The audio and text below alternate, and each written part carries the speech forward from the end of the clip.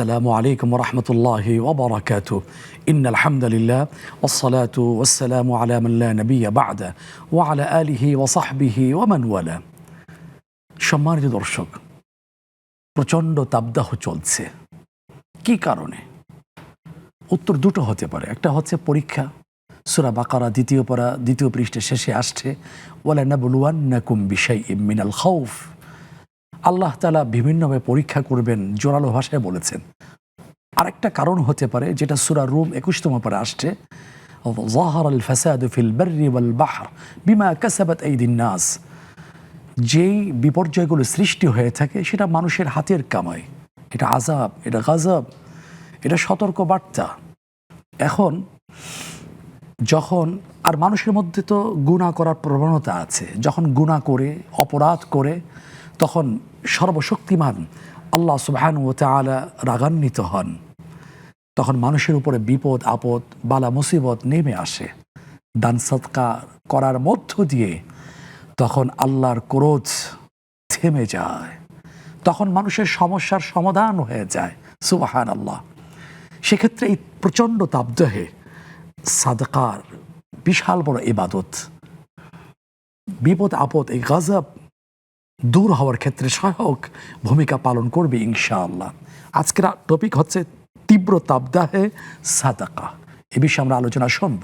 সম্মানিত দর্শক, এই মুহূর্তে কাছে দূরে বিশ্বজুড়ে যারা নেক্সাস টেলিভিশনের পর্দায় এবং নেক্সাস টেলিভিশন ইসলাম পেজ যুক্ত হয়েছেন, সবাইকে জানাচ্ছে অনেক অনেক মোবারকবাদ। আমি মোহাম্মদ মুস্তফা জামান, আপনাদের জিজ্ঞাসিত প্রশ্নের জবাব দেওয়ার জন্য এবং আজকের টপিকের উপর আলোচনা সুন্দরভাবে উপস্থাপন করার জন্য আমাদের মাঝে এসে আমন্ত্রিত মেহমান উপস্থিত হয়েছেন। তিনি হচ্ছেন আপনাদেরই পরিচিত মিডিয়া ব্যক্তিত্ব, ইসলামী চিন্তাবিদ, গবেষক, লেখক ও প্রবীণ মুহাদ্দিস, বাইতুন নূর জামি মসজিদের মোহতারাম খতিব ডক্টর জাকারিয়া নূর হাফিজাহুল্লাহ। আসসালামু আলাইকুম রহমতুল্লাহ। ওয়ালাইকুম আসসালাম রহমতুল্লাহ। জি মোহতারাম, জি আলহামদুলিল্লাহ, স্বাগত জানাচ্ছি। প্রচণ্ড তাপদাহে সময় দিচ্ছেন, জাযাকাল্লাহু খাইরান। প্রিয় দর্শক, আপনারাও এই চমৎকার অনন্য লাইভ আয়োজনে যুক্ত হতে পারবেন। স্ক্রিনে প্রদর্শিত নম্বরে সরাসরি ডায়াল করে অথবা ইসলামিক পেজে মন্তব্যের ঘরে আপনার সুচিন্তিত প্রশ্নটি সংক্ষিপ্ত আকারে লিখে দেওয়ার মাধ্যমে ইনশাআল্লাহ এখান থেকে উত্তর দেওয়ার আমরা চেষ্টা করব বিইذনিল্লাহি তাআলা। আসুন, আজকের যে টপিক তীব্র তাপদাহি সাদাকা। কি কি সাদাকা করতে পারি আমরা? বৃক্ষরোপণ আছে নফল সাদাকা, মানুষের উপকার আসে এমন কিছু প্রকল্প বা উদ্যোগ গ্রহণ করা যার মধ্য দিয়ে এই সময় আদম সন্তান খুশি হবেন আল্লাহ সুবহানাহু ওয়া তাআলা। এই বিষয় ডিটেলস আমরা আলোচনা শুনে আসি ইনশাআল্লাহ। জি মোহতারাম, আপনি অবগত হয়েছেন আজকের আলোচ্য বিষয় হচ্ছে তীব্র তাপদাহে সাদাকা। কি সাদাকা আমরা করতে পারি? ইন্নাল হামদুলিল্লাহ ওয়াসসালাতু ওয়াসসালামু আলা রাসূলিল্লাহ ওয়া বাদ। জি, আসলে এখন সারা দেশব্যাপী প্রচণ্ড গরম এবং তাপদাহ চলছে। আসলে এটাকে খুব বড় করে না দেখে যদি জীবনের অংশ হিসেবে দেখি তাহলে কিন্তু সব কিছু স্বাভাবিক হয়ে যায়। সেটা হলো, আমাদের বাংলাদেশে আমরা ষড়ঋতুর দেশ হলেও যদিও ষড়ঋতু এখন খুব একটা পাওয়া যায় না, এটা একটু এলোমেলো হয়ে গিয়েছে। তারপরেও দিন শেষে আমাদের এখানে ঋতু পরিবর্তনের হাওয়া এখানে আছে বিরাজমান। তো সেই ঋতু পরিবর্তনের মধ্যে শীত একটি আর গ্রীষ্ম একটি, এবং শীত এবং গ্রীষ্ম সারা ওয়ার্ল্ডে আছে। এই দুইটা ঋতু নাই এমন জায়গা খুব কম আছে। হয়তোবা কোনো দেশে থাকতে পারে কিনা আমার জানা নেই। আমি তার বহির্বিশ্ব সম্পর্কে আমাদের দেখার ততটা সুযোগ হয়নি, আর কোনো মানুষই সারা ওয়ার্ল্ডের সব জায়গা সম্পর্কে অবগত হওয়ার সম্ভাবনা নাই। তো স্বাভাবিক দৃষ্টিকোণ থেকে তাপদাহ বা গরম এটা স্বাভাবিক। তবে এই গরমটাও যেমন আমাদের জন্য স্বাভাবিক, এটা আল্লাহ পাকের পক্ষ থেকে একটা নিয়ামত। কারণ যদি আমার স্বাভাবিক তাপ না থাকে, সূর্যের এই উত্তাপ না থাকে, তাহলে কিন্তু আমাদের গাছপালা ফসল এগুলো কিছুই কিন্তু হবে না। যদি বেশি না 1 সপ্তাহ যদি মেঘাচ্ছন্ন থাকে আকাশ, যেখানে কোনো সূর্যের দেখা নেই, দেখবেন অনেক ফসলাদি নষ্ট হয়ে গেছে, অনেক গাছপালা মরে গেছে, বা অনেক গাছপালা বিভিন্ন কারণে এটা সতেজতা হারিয়ে ফেলবে। তাহলে বোঝা গেল সূর্যের তাপ এবং এখান থেকে যে আলোর বিচ্ছুরণ এবং এখান থেকে যে উত্তাপটা আমরা পাই, এটা সারা মাখলুকের জন্য প্রয়োজন। যে কারণে ডাক্তারি সায়েন্স এখন অনেক রুগীদের ক্ষেত্রে যাদের ভিটামিন ডি এর অভাব আছে, যাদের হাড়ের বিভিন্ন সমস্যা, তাদেরকে দিনের একটা অংশে কিন্তু এই সূর্যের এই তাপটা নিতে বলে, কারণ এই হাড়গুলো শক্ত, এবং ছোট বাচ্চাদের ক্ষেত্রে আমরা দেখি। তাহলে এই গরমটা স্বাভাবিক, কিন্তু এই উত্তাপটা যখন স্বাভাবিকতা হারিয়ে ফেলে, যখন এটা এই স্বাভাবিকতার চাইতে অস্বাভাবিকতার দিকে চলে যায়, তখনই এটা আল্লাহর পক্ষ থেকে, তখন আর রহমত থাকে না, তখন সেটা আযাবের দিকে চলে যায়। তখন হয়তো আল্লাহ এটা আযাবের কারণ হতে পারে, যেটা আল্লাহ আমাকে দিচ্ছেন আমার আনুগত্যশীলতা না থাকার কারণে, নাফরমানি থাকার কারণে। এবং বেসিক্যালি এটা এই যে অনাবৃষ্টি হওয়া, খরতাপ হওয়া, এটার পিছনে একটা সুস্পষ্ট কারণ হাদিসের মধ্যে উল্লেখ করা হয়েছে। তিরমিজির বর্ণনায় এই বর্ণনাটি এসেছে, যেখানে রাসূল করিম সাল্লাল্লাহু আলাইহি সাল্লাম 5টি বিষয় উল্লেখ করেছেন। তার মধ্যে একটা জায়গায় তিনি উল্লেখ করেছেন যে পৃথিবীতে অনাবৃষ্টি, বৃষ্টি হবে না, তাপদাহ বেড়ে যাবে এবং এতে করে ফসলের হানি ঘটবে, মাঠ ফেটে চৌচির হয়ে যাবে, আসলে বৃষ্টি দেখা পাবে না, এমন একটা পরিস্থিতি কখনো কখনো এই সিচুয়েশনটা তৈরি হতে পারে। সেটা কখন? হাদিসের ভাষায় যেটা বলছে, ওয়ালাম ইয়ামনাউ যাকাতা আমওয়ালিহিম ইল্লা মুনিউল কাতরা মিনাস সামা। সমাজের মানুষ যখন যাকাতটাকে অবহেলা করবে, যাকাত দিবে না। একজনের যাকাত হয়েছে 20 লাখ, তিনি 2 লাখ টাকার শাড়ি লুঙ্গি কিনে দিয়ে দিলেন, থোক বরাদ্দর মতন। জি, 18 লাখ টাকার তিনি যাকাত দিলেন না। যার 1 লাখ টাকা যাকাত হয়েছে, তিনি 15-20 হাজার টাকা মানুষকে দিয়ে তিনি যাকাত আদায় করলেন না। এবং অনেকে তো যাকাত দেয়ই না। এবং অনেক সম্মানিত বোন যাদের অনেক গহনাগাটি আছে, যেগুলো হিসাব করলে বহু টাকা যাকাত হয়, তিনি হয়তো জানেনই না যে তার যাকাত দিতে হবে। বিভিন্ন কৌশলে অনেকে আবার যাকাতের বিষয়টি এড়িয়ে যান। কারণ হলো, যাকাত দিতে গেলে সে নগদ টাকা বের করে মানুষকে দিয়ে দিতে হয়। কিন্তু কোরবানি কিন্তু কেউ বাদ দেয় না, কারণ কোরবানিটা দিলে যত টাকাই খরচ করুক নিজেরা খাওয়া যায়। এই যে মানুষের ভিতরে যাকাত না দেওয়ার প্রবণতা, এই কারণে আল্লাহ রাসূল বলেছেন, ইল্লা মুনিউল কাতরা মিনাস সামা। যখন মানুষ যাকাত দেওয়ার ক্ষেত্রে গরিমসি করবে, যাকাত আদায় না করবে, আর তিরমিজির অন্য হাদিসের মধ্যে আছে, ওয়াজ যাকাতু মাগরামান, মানুষ যখন যাকাতটাকে জরিমানার মতো মনে করবে, তখনই আল্লাহ পাক রব্বুল আলামিন আসমান থেকে রহমতের বৃষ্টি বর্ষণটা বন্ধ করে দেন। আমি কিন্তু আবার বলছি, রহমতের বৃষ্টি, বৃষ্টিটা 2 ধরনের হয়, একটা হলো রহমতের, আর একটা হলো গজবের। যেমন এখন কিন্তু ধান কাটা মৌসুম, এখন বৃষ্টি হলে সমস্যা নেই, কিছুটা ঠান্ডা এটা সেটা, তারপরও সমস্যা হবে, কারণ এই ধানগুলো শুকাতে পারবে না। এখন যদি মনে করেন ঝড় বৃষ্টি এবং শিলা বৃষ্টি হয়, তাহলে কিন্তু কৃষকের মারাত্মক ক্ষতি হয়ে যাবে। আমরা তো কিছুদিন আগে দেখতে পেয়েছি এই যে দুবাই, শারজা, জি, ইয়েমেন, বিভিন্ন তাহলে জায়গায় পরিমাণের চাইতে বেশি হলে আসাদ্দু মা তাজিদুনা বিনার রিহ, বাতাসের পরিমাণ স্বাভাবিকতার চাইতে যখন তুমি বেশি পাবে, ওইটাই তোমার জন্য গজব হয়ে যাবে। তো এখন এই বৃষ্টিটা রহমতের হয়, আবার এই বৃষ্টিটা আবার গজবের হয়। কখন গজবের হয় আমরা আসছি। মহতরম, একটা প্রশ্ন নিয়ে নিই। আসসালামু আলাইকুম রাহমাতুল্লাহ। ওয়ালাইকুম আসসালাম। জীবন কি জানতে চাচ্ছে? হুজুর, আমি জানতে চাচ্ছি, আমরা যে 4 জন জমি কিনছি, তার 2 জন হচ্ছে লোন। সম্মানিত বোন, টেলিভিশনের ভলিউমটা একটু কমিয়ে নেওয়া যায় কিনা? হ্যাঁ হুজুর। হ্যাঁ জি বলুন। বলছি আমরা 4 জন জমি কিনছি, তার মধ্যে 2 জন হচ্ছে লোন নিচ্ছে। লোন নিচ্ছে, ওই লোনের টাকা দিয়ে বাড়ি করবে। আমি কি তাদের সঙ্গে করতে পারবো? জি। আর একটা প্রশ্ন, আমার বাড়িতে হচ্ছে একটা হিন্দু লোক কাজ করে। জি। আমার বাসায় হিন্দু একটা লোক কাজ করে। জি। আমি ওনাকে প্রায়ই বলি যে বুবু আপনি মুসলমান হন, এটাকে আমার গুনাহ হবে? জি। হ্যাঁ, এটাই। অনেক অনেক ধন্যবাদ সম্মানিত বোন, আমাদের সাথেই থাকুন, আমরা জানবো ইনশাআল্লাহ দুটো জীবন ঘনিষ্ঠ প্রশ্নের উত্তর। জি মহতরম, কি কি কারণে গজব হিসাবে আমাদের তাপদাহ, এটাও আমাদের প্রয়োজন, আবার এটা যখন মাত্রাতিরিক্ত হয়ে যায় তখন সেটা আমাদের জন্য কষ্ট এবং গজবের কারণ হতে পারে। এখন এই গরমটা আসলে যে আমাদের জন্য আসছে, এটার কারণটা কি, এটা একটু বুঝে নিই। যে সাদাকার প্রসঙ্গটা চলে আসছে, সেটা হলো হাদিসে বুখারী একটা বর্ণনা, ইশতাকাতিন নার ইলা রাব্বিহা, যে জাহান্নাম আল্লাহ পাকের কাছে অভিযোগ করলো, আরজি পেশ করলো যে ইয়া রব আকালা বাদি বাদান আমার একাংশ আরেকাংশকে খেয়ে ফেলছে। তার মানে জাহান্নামের উত্তাপ এত বেশি, প্রচণ্ড আগুনের লেলিহান এই শিখা বা এই উত্তপ্ততার কারণে তখন আল্লাহর কাছে তিনি এই জাহান্নাম আল্লাহর কাছে আরজি পেশ করলো যে আমার এক অংশ আরেক অংশকে খেয়ে ফেলছে, অর্থাৎ অসহ্য রকমের অবস্থা হয়ে যাচ্ছে। তো আল্লাহ পাক রব্বুল আলামিন ফাআদিনা লাহা বিনাফাসাইনি, আল্লাহ পাক রব্বুল আলামিন জাহান্নামকে দুটো নিঃশ্বাস নেওয়ার অনুমতি দিলেন, পারমিশন দিলেন। নাফাসুন ফিল হাররি ওয়া নাফাসুন ফিস সাইফ, একটা নিঃশ্বাস নিতে অনুমতি দিলেন গ্রীষ্মকালে, আরেকটা নিঃশ্বাস নেওয়ার অনুমতি দিলেন শীতকালে। আর যখনই এই যে আমরা গরম এবং শীত এইটা উপভোগ করি, মাত্রাতিরিক্তটা সেটা হলো ওই জাহান্নামের যে নিঃশ্বাস, ওই নিঃশ্বাস থেকেই এই গরমের তীব্রতা আমরা অনুভব করি।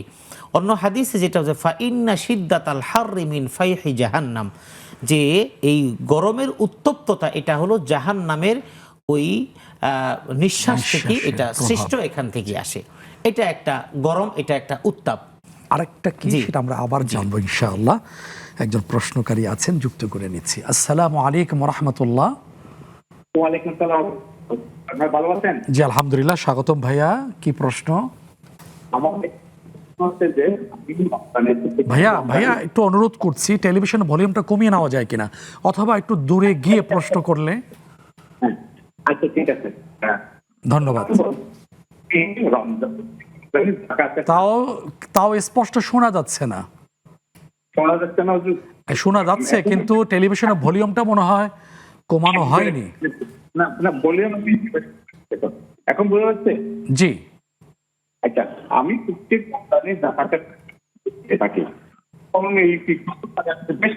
বোঝা যাচ্ছে ভাইয়া? সম্মানিত ভাইয়া, আমরা কিন্তু বুঝতে পারছি না, দুঃখিত। আবার চেষ্টা করুন। জি মোহতারাম, এটা হলো একটা স্বাভাবিক যে গরমের তীব্রতা, এটা একটা জিনিস। এটা হলো ফাইন্না শিদ্দাতাল হাররি মিন ফাইহি জাহান্নাম, জাহান্নামের নিঃশ্বাস থেকে এই গরমের তীব্রতাটা অনুভূত হয়।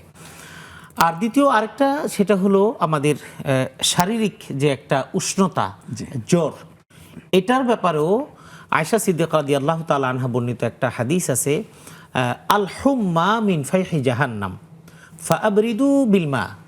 হাদিসের ভাষ্য হলো যে জ্বরের যে তীব্রতা গায়ে আসে, এটাও কিন্তু ওই জাহান্নামের নিঃশ্বাসের একটা অংশ হিসাবে, যে কারণে যখন জ্বর আসে তখন কিন্তু মানুষের স্বাভাবিকতা মানুষ হারিয়ে ফেলে। এই জ্বর থেকে নিষ্কৃতির উপায় কি? রাসূলুল্লাহ সাল্লাল্লাহু আলাইহি ওয়াসাল্লামের চিকিৎসা বিজ্ঞান, অর্থাৎ রাসূলুল্লাহ চিকিৎসা পদ্ধতির একটা অন্যতম মাধ্যম হলো যে সাহাবায়ে কেরামের যখন প্রচণ্ড রকমের জ্বর অনুভূত হতো, আল্লাহ রসুল বলতেন তোমরা পানি ঢালো, তোমরা গোসল করো। তো এক্ষেত্রে আমরা বলবো হ্যাঁ, স্বাভাবিক জ্বরের কারণে গোসল নিয়মিত করলে জ্বরের তাপমাত্রা কমে যাবে। এছাড়া আনুষাঙ্গিক অনেক বিষয় থাকতে পারে শারীরিক, সেক্ষেত্রে অবশ্যই ডাক্তারের পরামর্শ নিয়ে বাকি কাজগুলো করবেন।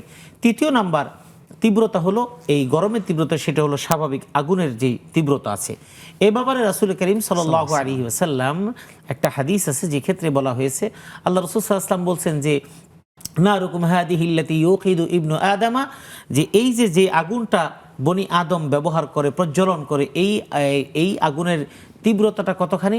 সেটা হলো মানুষের, অর্থাৎ যে জাহান্নামের যে আগুন আছে সেই আগুন থেকে অর্থাৎ 70 ভাগের 1 ভাগ, অর্থাৎ জুজউম মিন সাবঈনা, অর্থাৎ 70 ভাগের 1 ভাগের উত্তপ্ততা হলো দুনিয়ার মধ্যে দেওয়া হয়েছে। বাকি 69 ভাগ এটা কিন্তু আল্লাহ পৃথিবীতে দেয়নি। সাহাবায়ে কেরাম জিজ্ঞেস করলেন, ক্বালু আলাস্তা কাফিয়াতান ইয়া রাসূলুল্লাহ, এটা কি আমাদের জন্য, এটা কি যথেষ্ট নয়, এটা কি শাস্তির জন্য যথেষ্ট ছিল না? রাসূল করিম সাল্লাল্লাহু আলাইহি ওয়াসাল্লাম বলেছেন যে ফাইন্নাহা ফুতিলাত, এই আগুনটাকে আরো বেশি উত্তপ্ত করা হয়েছে 69 গুণ বৃদ্ধি করে দিয়ে। এটা এবং শুধু এটা নয় যে এই আগুনের উত্তপ্তটা শুধু জাহান্নামের একদিকে থাকবে আরেক দিকে থাকবে এমন না, বরং বলা হয়েছে কুল্লুহা মিসলু হাররিহা, জাহান্নামের প্রত্যেকটা জায়গায় এই উত্তপ্ততা তীব্রতা সমান তালে থাকবে। তো এই যে বিষয়গুলো, এই হলো গরমের উত্তপ্ততা। আমরা এমন একটা সিচুয়েশন আমরা পার করছি। এখন এই গরমে সাদকা কি হতে পারে আমরা জানবো। আরেক দর্শককে যুক্ত করে নিয়ে নিই। আসসালামু আলাইকুম ওয়া রাহমাতুল্লাহ। ওয়া আলাইকুম আসসালাম ওয়া রাহমাতুল্লাহ। জি ভাইয়া, কি প্রশ্ন? প্রশ্ন, আমি ঈশ্বরদী পাবনা থেকে বাবুল বিশ্বাস বলছি। জি, স্বাগতম। আমার প্রশ্ন, সূরা ওয়াকিয়ার ফজিলত কতটুকু, কি কি এবং কোন সময় পাঠ করতে হয়, আর এবং সূরা জি। মূল এই সূরাটা কখন এবং কোন নামাজের আগে পরে পাঠ করলে কি কি ফজিলত পাওয়া যায়, এটাকে একটু বুঝে বলবেন ইনশাআল্লাহ।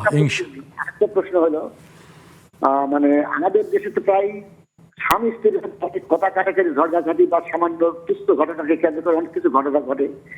স্ত্রীর কাছে কোনো আবেদন করলে যদি স্ত্রী সেটাকে অ্যাভয়েড করে কোন কারণ ব্যতীতই স্বামীকে মনে একটা আঘাত দিই, তাহলে স্ত্রী দায়ী হলো না স্বামী দায়ী হলো, এই কথাটা একটু বুঝিয়ে বলবেন। জি, অনেক অনেক ধন্যবাদ। খুবই গুরুত্বপূর্ণ প্রশ্ন, আমরা জানবো ইনশাআল্লাহ, তবে এখন নয়, ছোট্ট একটা বিরতি থেকে ফিরে আসার পর। প্রিয় দর্শক, আপনারা দেখছেন ইসলামী ব্যাংক বাংলাদেশ পিএলসি নিবেদিত ইসলামী জীবন বিধান অনুষ্ঠান। সময় হয়েছে ছোট্ট একটা বিরতিতে যাবার, ফিরে আসছি কিছুক্ষণের মধ্যে ইনশাআল্লাহ।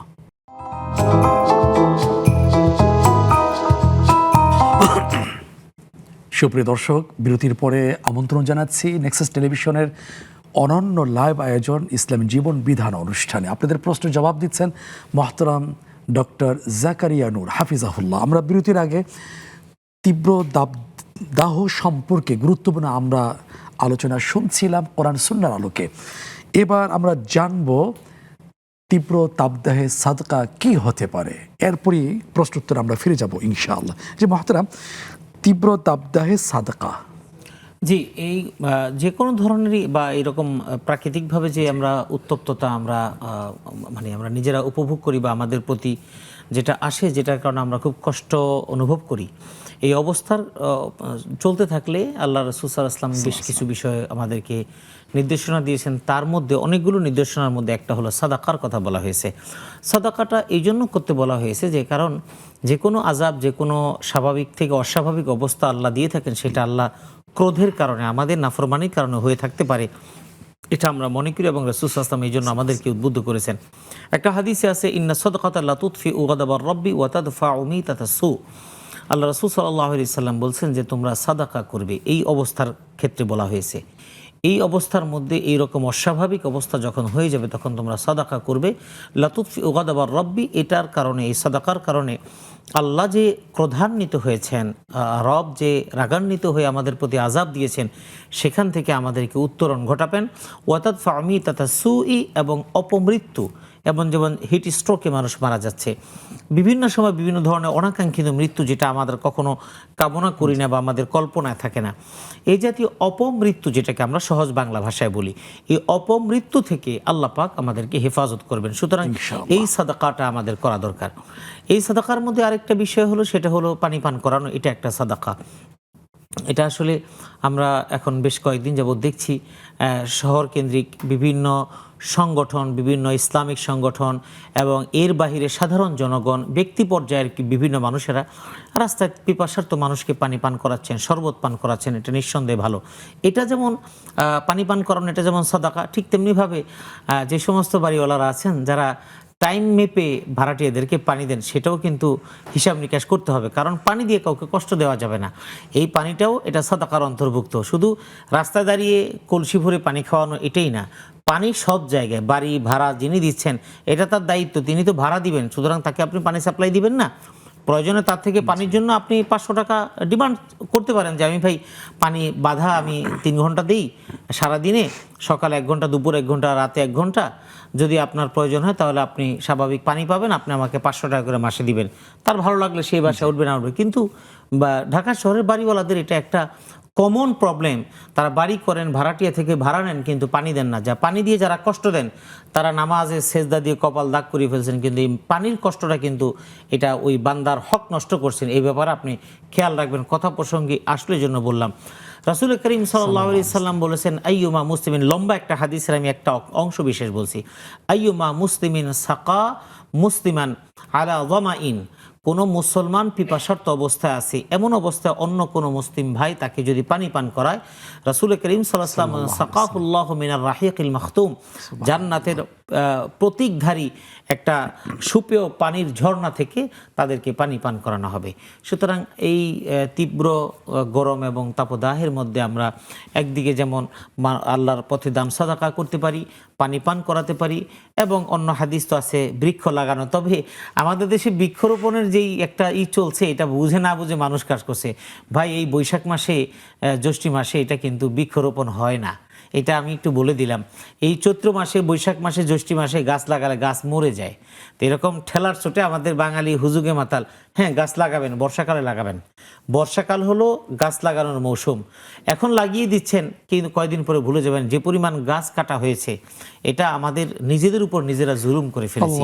সুতরাং এদিকে আমাদের সকলের খেয়াল রাখা দরকার। আল্লাহ কবুল করুন। জি, জাযাকাল্লাহু খাইরান। আজ দর্শক আছেন, আমরা প্রশ্ন নিয়ে নিই। আসসালামু আলাইকুম। ওয়ালাইকুম আসসালাম রাহমাতুল্লাহি ওয়া বারাকাতুহু। আসসালামু আলাইকুম। ওয়ালাইকুম আসসালাম রাহমাতুল্লাহি ওয়া বারাকাতুহু। জি ভাইয়া।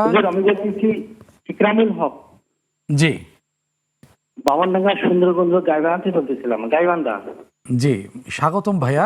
প্রশ্ন? জি জি। হুজুর, আপনারা ভালো আছেন না? জি আলহামদুলিল্লাহ, আশা করি আপনি ভালো আছেন। জি জি জি। আমার প্রশ্ন দুইটি। হ্যাঁ, একটি প্রশ্ন হচ্ছে যে ব্যক্তি বিদআত করে, হ্যাঁ, দুনিয়াতে কি হবে এবং আখিরাতে কি হবে? কি করেন? বিদআত বিদআত বিদআত করেন। জি হ্যাঁ, বিদআত করে। হ্যাঁ, জি জি জি, বুঝতে পারছেন তো? জি জি, বুঝতে পেরেছি।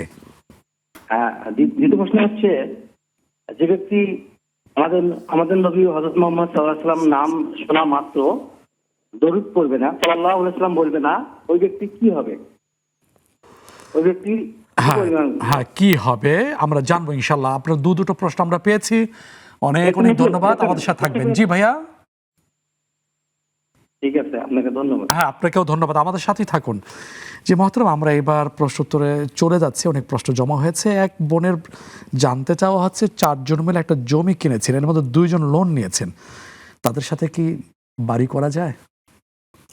আপনি বাড়ি করতে পারেন, যারা লোন নিয়েছেন তাদের দায় দায়িত্ব তাদের। এ ব্যাপারে আপনি দায় দায়িত্ব মুক্ত, কারণ আপনার অংশে আপনি বাড়ি করবেন, আপনার অংশে আপনি থাকবেন। এখন যৌথ মালিকানা জমি কিনেছেন, যার যার জিম্মাদারি তার। ওয়ালা তাজিরু ওয়াজিরাতুন উযরা উখরা। আপনার অংশ আপনি ঠিক আছে, এখন তাদের অংশ তারা করবে, এতে কোনো সমস্যা নেই। জি, শুকরান, জাযাকাল্লাহু খাইরান। তার বাসায় একজন হিন্দু কাজ করেন, উনি বলছেন তুমি মুসলিম হয়ে যাও, এই বলা থেকে কোনো গুনাহ হবে কিনা? বোন, আপনি আসলে কাজের যে মানুষটি আছে তাকে মুসলিম হয়ে যাও, এটা আপনি হুট করে এটা বলাটা সুন্দর না। সেটা হলো প্রথম বিষয় বুঝতে হবে। প্রথমত, মুসলিম হয়ে যাওয়াটাই জীবনের সফলতা না। আমাদের দেশে বহু মুসলিম, লক্ষ লক্ষ মুসলিম আছে যারা নাকি হোলি খেলায় যারা নাকি অংশগ্রহণ করছে। লাখো লাখো মুসলিম আছে যারা দুর্গাপূজায় গিয়ে তারা প্রতিমার সামনে তারা দাঁড়াচ্ছে এবং প্রসাদ খাচ্ছে। এই মুসলিমের দরকার নেই। যেটা দাওয়াতের উদ্দেশ্য, রাসূল করিম সাল্লাল্লাহু আলাইহি ওয়াসাল্লাম, সাহাবায়ে কেরাম যে দাওয়াতটা দিয়েছেন, আপনার বাসায় যেই মেয়েটি কাজ করছে, 1 নাম্বার কথা হলো আপনার আদর্শ, আপনার আচার আচরণ, আপনার কালচার, আপনার ব্যবহার, এটাই তাকে মুগ্ধ করবে যে আসলে ইসলাম একেবারে সুন্দর একটা ধর্ম। 1 নাম্বার। 2 নম্বর কথা হলো, যেই মেয়েটাকে ইসলামের আপনি দাওয়াত দিবেন তাকে মুসলিম হয়ে যাও এটা না। আপনার প্রথম হলো যে আমাদের ইসলামের সৌন্দর্যটা তার কাছে তুলে ধরতে হবে, হয়তো কথার মাধ্যমে অথবা আচরণের মাধ্যমে আপনি তার সাথে সুন্দর বিহেভিয়ার করবেন। এরপরে তাকে ইসলামের দাওয়াত এটা একজন মুসলমান হিসেবে আপনি দিতে পারেন, এবং দেওয়াটা এটা সুন্দর একটি কাজ। কিন্তু এক্ষেত্রে আপনাকে অবশ্যই তার মুসলিম হওয়া পরবর্তী সময়ে তার ব্যাপারটাও আপনাকে চিন্তা রেখে তারপরে সামনে বাড়তে হবে। যে আপনি দাওয়াত দিতে পারেন, অসুবিধা নেই, কিন্তু এইভাবে যদি হুট করে আপনি বলেন তুমি মুসলমান হয়ে যাও, তাহলেই কিন্তু এই ইসলামটাকে সে মনে করবে তার জন্য একটা আতঙ্কের বিষয়। এই কাজ করা যাবে না। তাকে আপনার আচরণ দিয়ে তাকে মুগ্ধ করতে হবে যে ইসলাম এত সুন্দর। কারণ যুগে যুগে যত মুসলমান হয়েছে সবাই কিন্তু আচরণ দেখে মুগ্ধ হয়েছে। আর আমাদের যে এখন বিহেভিয়ার, এটা দেখে হয়তো মানুষ আকৃষ্ট হওয়ার সম্ভাবনা কম। তো সেজন্য আচার আচরণ, বিহেভিয়ার, এবং তাকে সেইভাবে প্রমোট করবেন, এবং সে ইসলাম গ্রহণ করার পরে যেন সে আবার ওই দিকে ফিরে যেতে না হয়, সেদিকেও খেয়াল করে তাকে দাওয়াত দিতে হবে ইনশাল্লাহ। যে সুন্দরকে বলার জন্য জাযাকাল্লাহু খাইরান। এরপরে এক ভাইয়ের কয়েকটি সূরার ফজিলত সম্পর্কে জানতে চাওয়া, সেটা হলো সূরা ওয়াকিয়া এবং সূরা মুলক কখন পড়তে হবে, এর ফজিলত কি?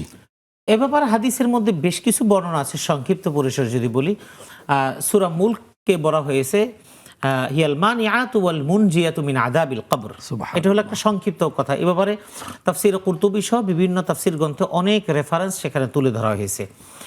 তার মানে হলো সূরা মুলকের ব্যাপারে বলা হয়েছে এটা কবরের আযাব থেকে মানুষকে রক্ষা করে, নাজাত দেয়। এই ব্যাপারে বেশ কিছু বর্ণনা ইবনে কাসির রাহিমাহুল্লাহ তাআলা তাফসীর ইবনে কাসিরের মধ্যে উল্লেখ করেছেন, এবং অন্যান্য তাফসীর গ্রন্থে কিছু কিছু বর্ণনা আছে যেটা অনেক মুহাদ্দিসরা সেটাকে দায়ীফ বলেছেন। তো আমরা সেদিকে যাচ্ছি না। মূল কথা হলো সূরা মুলক আপনার কবরের আযাব থেকে মুক্ত করার একটা অন্যতম কারণ হিসেবে এটা আল্লাহর কাছে এটা সুপারিশ করবে। কখন পড়া? এবং এটা তেলাওয়াতের সময় হলো রাসূল করিম সাল্লাল্লাহু আলাইহি ওয়াসাল্লাম সাধারণত রাতে ঘুমাবার আগে তেলাওয়াত করতেন। এখন রাতে ঘুমাবার আগে কি রাসূল সাল্লাল্লাহু রাতে ঘুমাবার আগে আর আমাদের বাংলাদেশিদের রাতে ঘুমাবার আগের টাইমটা এক না। রাতে ঘুমাবার আগে মানে আগের দিনে আমাদের এখন থেকে 30 বছর আগে গ্রাম অঞ্চলে মা চাচিরা যেভাবে করতেন, মা বাবারা, যে মাগরিব পড়েছেন, তারপরে খাওয়া দাওয়া করেছেন, এশার নামাজ পড়েছেন, তারপরে ঘুমিয়ে পড়েছেন, এটা হলো নিয়ম। এশার নামাজের পর আর বিলম্ব করা এটা সঠিক না। তো এই হিসাবে আল্লাহ রাসূল সাল্লাল্লাহু আলাইহি ওয়াসাল্লাম এই ঘুমানোর আগে সূরা মুলক পড়তেন, সূরা দুখান পড়তেন, এরকম বেশ কিছু সূরার আমল করতেন। তো এখন আমরা যেহেতু ঘুমাই রাত 12টার সময়, এখন আমরা কখন তেলাওয়াত করব? এ ব্যাপারে মুফাসসিরদের একটা বক্তব্য আছে, সূরা মুলক মাগরিব নামাজের পরে এটা পড়া যায়, যেটা বিভিন্ন মাদ্রাসার তালেবে ইলমদেরকে ওস্তাদরা এই আমলটা করান, অথবা এশার নামাজের পরে এসে। সাধারণত এশার নামাজের পরে এই সূরা মুলকটা বেশি আমল করা হয়। এশার নামাজের পরে সূরা মুলক পড়া মানে হলো ঘুমানোর আগে তেলাওয়াতটা হয়ে গেল। সুতরাং রাসূলুল্লাহর সুন্নাহ আমল হলো ঘুমানোর আগে পড়া। সুতরাং আপনি যখন এশার নামাজ পড়বেন, এশার নামাজের পরে আপনি সূরা মুলক তেলাওয়াত করে ফেলবেন। সূরা ওয়াকিয়া এটার ব্যাপারে বলা ফজিলত আমরা শুনবো ইনশাআল্লাহ। দর্শককে আমরা যুক্ত করে নিয়ে নিই। আসসালামু আলাইকুম ওয়া রাহমাতুল্লাহি ওয়া বারাকাতুহু। ওয়ালাইকুম আসসালাম ওয়া রাহমাতুল্লাহি ওয়া বারাকাতুহু। হুজুর, আমি চিটং থেকে বলছিলাম, সায়রা নাম। জি, স্বাগতম সম্মানিত বোন। আমার 3টা কোয়েশ্চেন ছিল। নাম্বার 1 কোয়েশ্চেন হচ্ছে, আমি শুনেছি মহিলারা মসজিদে গিয়ে নামাজ পড়লে যদি আলাদা জায়গা ব্যবস্থা থাকে, তো ওখানে মানে শুনেছি যে মহিলারা বাসায় নামাজ পড়লে বেশি ভালো। যদি জামাতে নামাজ পড়ার জন্য আলাদা জায়গা থাকে, তো সেখানে কি আমরা নামাজ পড়লে গুনাহ হবে? যেমন জুমার নামাজ বা এমনি যে কোনো নামাজ, যেমন আমরা মক্কা মদিনায় যখন যাই তখন তো আমরা জামাতে নামাজ পড়ি। জি হ্যাঁ, আমরা বুঝতে পেরেছি। দ্বিতীয় প্রশ্ন বোন। দ্বিতীয় প্রশ্ন হচ্ছে, জাওয়ালের নামাজটা আমাদের কতক্ষণ সময়টা থাকে জাওয়ালের নামাজে? জি। আর তৃতীয় প্রশ্ন হচ্ছে, আমি শুনেছি মানে কিছু কিছু হুজুররা বলেছেন যখন আমরা জামাতে নামাজ পড়বো ইমামের পিছনে পড়লে আলহামদুলিল্লাহ পড়তে হয় সূরা ফাতিহা। আবার কেউ কেউ বলছেন আমাদের চুপ থাকতে হবে। আসলে আমরা কোনটা করব?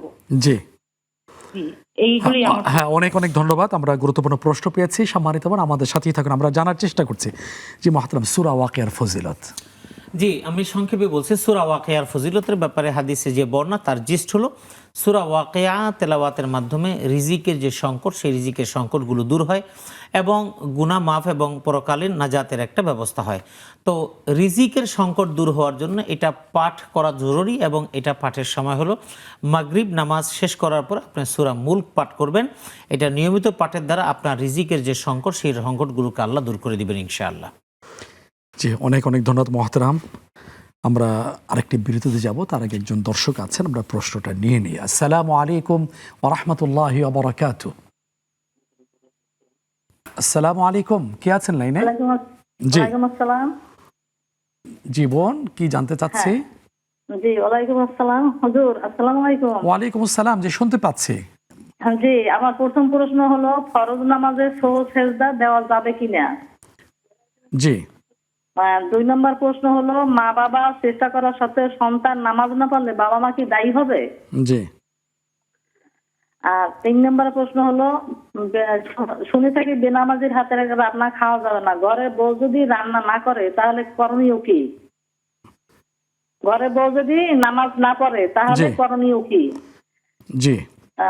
4 নম্বর প্রশ্ন, আল্লাহুম্মা আজিরনি ফি মুসিবাতি ওয়াখলুকনি খায়রুম মিনহা, এই দোয়াটি পড়ার কোনো নিয়ম আছে কিনা এবং এর ফজিলত কি? জি, অনেক অনেক ধন্যবাদ। গুরুত্বপূর্ণ প্রশ্ন পেয়েছি। সুযোগ আপনি 4-4টে প্রশ্ন করেছেন, আমরা জানবো ইনশাআল্লাহ। প্রিয় দর্শক, সময় হচ্ছে আরেকটি ছোট্ট বিরতি যাবার। ফিরে আসছি আজকের এই প্রশ্নের উত্তর নিয়ে ইনশাআল্লাহ। ততক্ষণ আমাদের সাথেই থাকুন।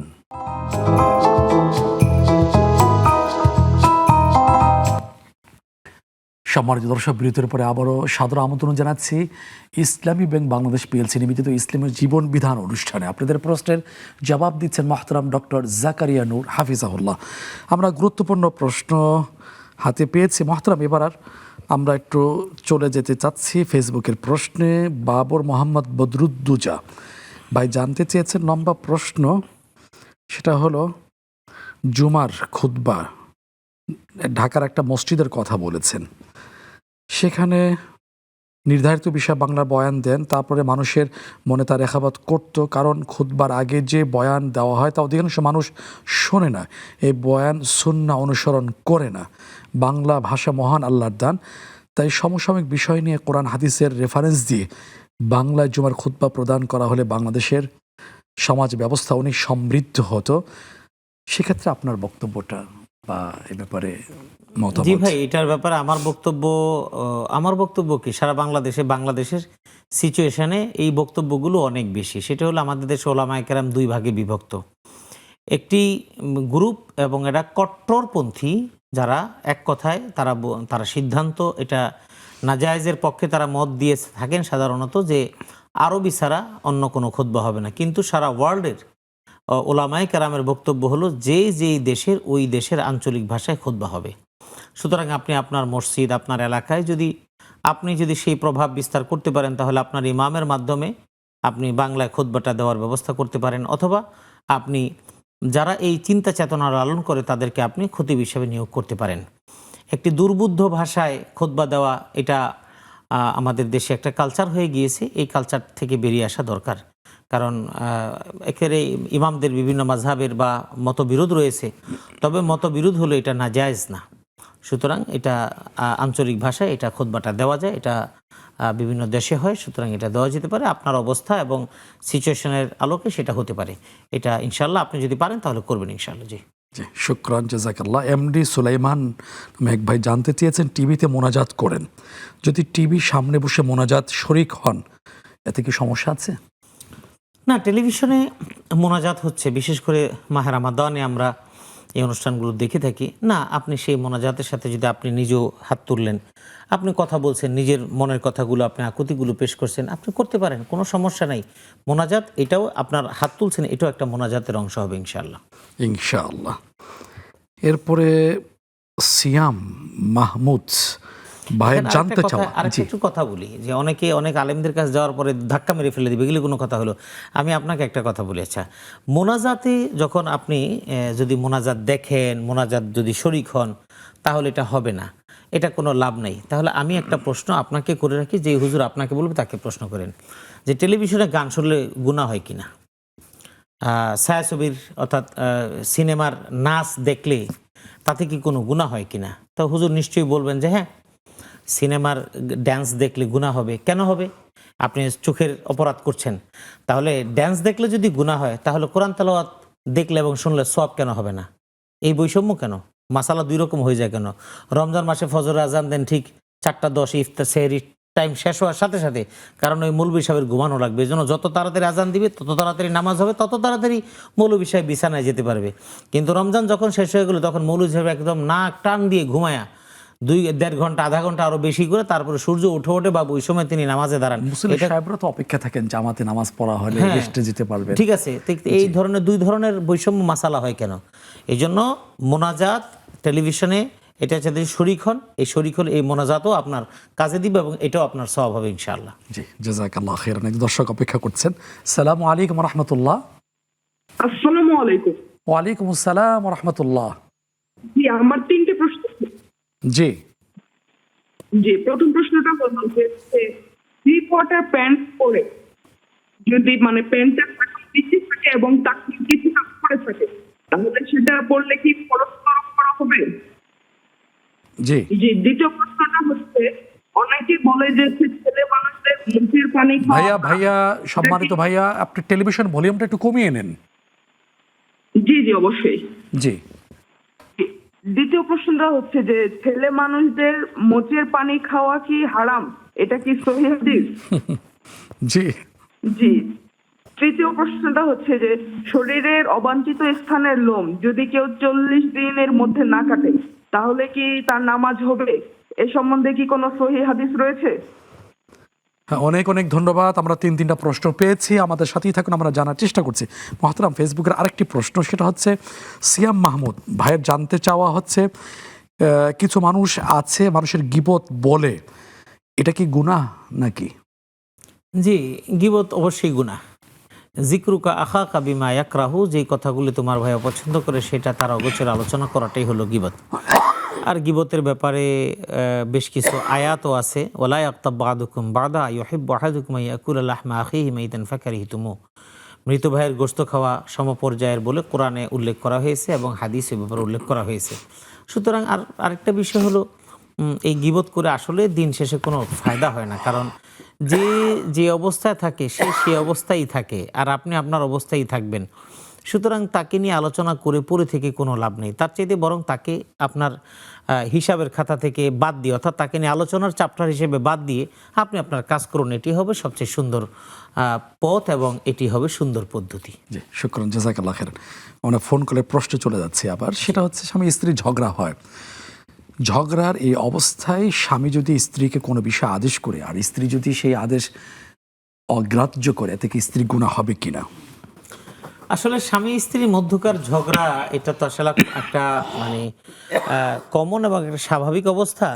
এখন এই ঝগড়াকালীন সময়ে কি নির্দেশনা দিল, কোন জিনিসের আদেশ দিল, সেই বিষয়টা আসলে আমরা তো ওইভাবে উপলব্ধি করতে পারছি না। তবে স্বাভাবিকভাবে কথা হলো যে রাগ, ক্রোধ, গোস্বা হলে তো স্বাভাবিক, সবারই মনটা স্বাভাবিক হতেও তো একটু সময় লাগে, সেই সময়টুকুও সবার নেওয়া দরকার।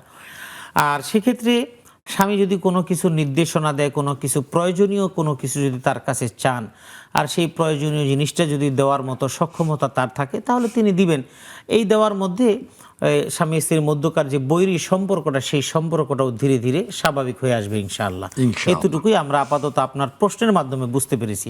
আর বাকি যদি আরও কোনো মানে অনেক গভীরে কোনো বক্তব্য থাকে, সেটা আমার মনে হয় কাছাকাছি কোনো আলেমের শরণাপন্ন হয়ে এটা আপনারা নিজেরা ডিসকাস করে নিলে সবচেয়ে সুন্দর হবে ইনশাআল্লাহ। ইনশাআল্লাহ। জি, এরপর আরেকটি বিদআত সম্পর্কে প্রশ্ন, বিদআতের পরিণতি কি? আসলে বিদআতের পরিণতি কি? বিদআতের অনেকগুলো ধরন আছে। আমি এখানে বিদআতে সাইয়্যা হাসানা বলছি না, যে বিদআত ভালো বিদআত খারাপ বিদআত। বিদআতের কোনো ভালো এবং মন্দ নেই, এটা বিদআতে। বিদআত কি?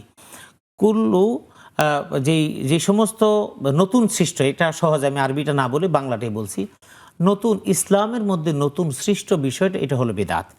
আমাদের দেশে বিদআতটা বুঝতে আমরা ভুল করি।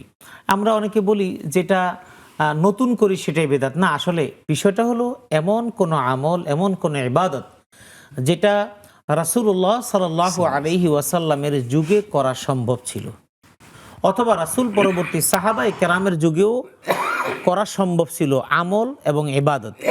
কিন্তু সাহাবায়ে কেরাম করেন নাই, রাসূল সাল্লাল্লাহু আলাইহি সাল্লাম সেটা ইবাদতের নিয়তেও করেন নাই, আমল করেন নাই। এমন কোনো কাজ সেটাকে শরীয়তের ইবাদত মনে করা এবং সওয়াব মনে করে কাজ করার নাম বিদআত। এটা হলো বিষয়, আমল এবং ইবাদত এবং সওয়াব উদ্দেশ্য, পরিণতি। এই বিষয়টা এরকম করলে সেটা হলো বিদআত। আমাদের দেশে বিদআত বললে অনেকে বলে যে হুজুরা বিদআত বলে, তাহলে এসি চলে কেন? আরে ভাই, এটা তো সওয়াব না, এটা তো ব্যবহার্য, আমল এবং ইবাদতের অংশ।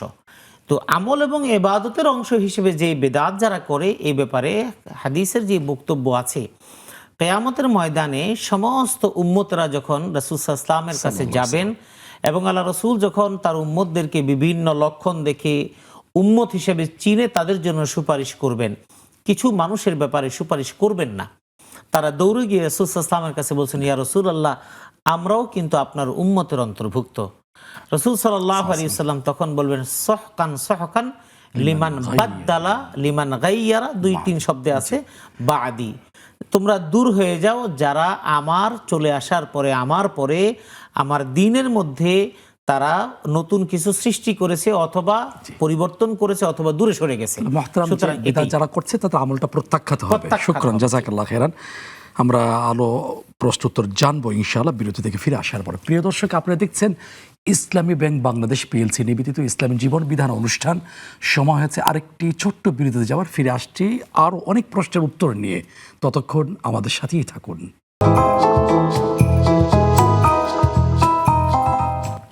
প্রিয় দর্শক, বিরতির পরে আবারও আমন্ত্রণ জানাচ্ছি ইসলামী ব্যাংক বাংলাদেশ পিএলসি নিবেদিত ইসলামী অনন্য লাইভ আয়োজন ইসলামী জীবন বিধান অনুষ্ঠানে আপনাদের প্রশ্নের জবাব দিচ্ছেন মোহতারাম ডক্টর জাকারিয়া নূর হাফিজাহুল্লাহ। যে মোহতারাম, আমরা ফোন কলের বেশ কয়েকটি প্রশ্ন পেয়েছি, খুবই গুরুত্বপূর্ণ। সেটা থেকে এটা প্রশ্ন হচ্ছে, মা বোনদের ঘরে নামাজ পড়া উত্তম বলেছেন, তারপরে যদি মসজিদে নামাজের ব্যবস্থা থাকে সেক্ষেত্রে মা বোনদের মসজিদে গিয়ে নামাজ পড়া কি গুনাহ হবে? বিশেষ করে জুমার নামাজটা মসজিদে যদি ব্যবস্থা থাকে তাহলে সম্ভব হলে মাঝে মাঝে জুমার নামাজটা মসজিদে আদায় করাটা উত্তম। এই জন্য উত্তম যে মসজিদে জুমার যে বয়ানটা হয়, এই বয়ানটার মাধ্যমে পরিবার এবং সামাজিক বিভিন্ন ইসলামের সাথে সম্পৃক্ত বিষয়গুলো জানার যে সুযোগ, সেই সুযোগটা আমার সম্মানিত বোনেরা পেতে পারেন। কিন্তু আমাদের মসজিদগুলোতে সেই ব্যবস্থা না থাকার কারণে মা বোনেরা সেই জানার সুযোগ থেকে তারা মাহরুম হচ্ছেন। আর সেই সাথে নামাজের প্রতি, মসজিদের প্রতি একটা আকর্ষণ, এবাদতের প্রতি একটা আকর্ষণ তৈরি হবে। তো সুতরাং প্রতি ওয়াক্তে দরকার নেই এটা ঘর থেকে বের হওয়া ঝামেলা। ঘরে নামাজ পড়বেন উত্তম, রাসূল সাল্লাল্লাহু আলাইহি ওয়াসাল্লাম এবার উদ্বুদ্ধ করেছেন।